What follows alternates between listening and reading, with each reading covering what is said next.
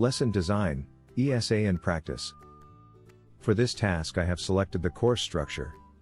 As a teacher, a lot goes into the daily operation of the classroom. They need to consider their classroom setup, their management style, and the students they will teach. However, one very important facet of teaching is lesson design and teaching students appropriate standards to help them in their English acquisition. Advantages of the ESA methodology. Even though there are lots of teaching methodologies, such as grammar translation, audiolingual approaches, task-based learning, and PPP, presentation practice and production, it could be rather difficult to decide which one is the best. I think that it is really important to motivate students and encourage independent learning in a student-centered environment. Regardless of the methodology a teacher chooses, this should be a focal point in the daily activities taking place.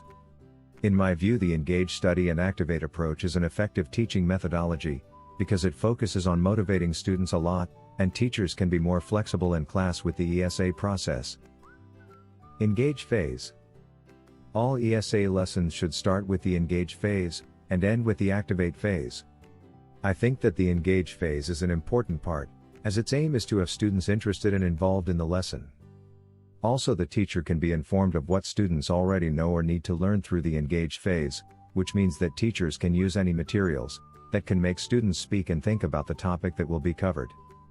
Due to the importance of this step, teachers should make efforts to find appropriate materials, and also consider students' level carefully in order to engage and elicit students more easily. Study phase. The study phase, which is the second phase in the ESA model, also starts with elicitation, so teachers should elicit as much information as possible from the students. In this phase, the students will focus on the language and how it is constructed, and then teachers can check student understands the language objective from activities, such as gap fill exercises, pronunciation drilling, and sentence building.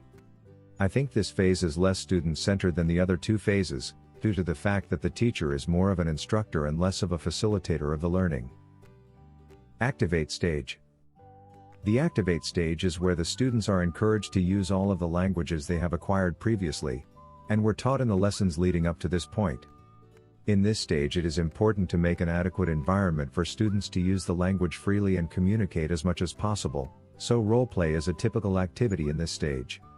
While students practice what they learned in class, teachers should be more focused on students' fluency rather than accuracy. Also, they should not restrict the students' language usage, but instead encourage them to freely participate and express their knowledge of the English language.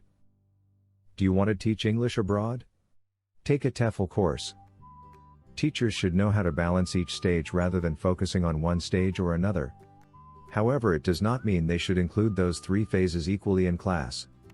Teachers need to know how to cover each phase flexibly depending on their lesson.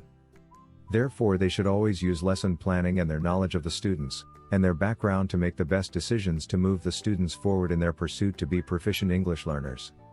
Overall, it is important to plan proactively and be aware of the students' abilities, as one plans the lessons for their pupils. Thanks so much for watching. We are ITTT, the leading provider for TEFL and TESOL training courses.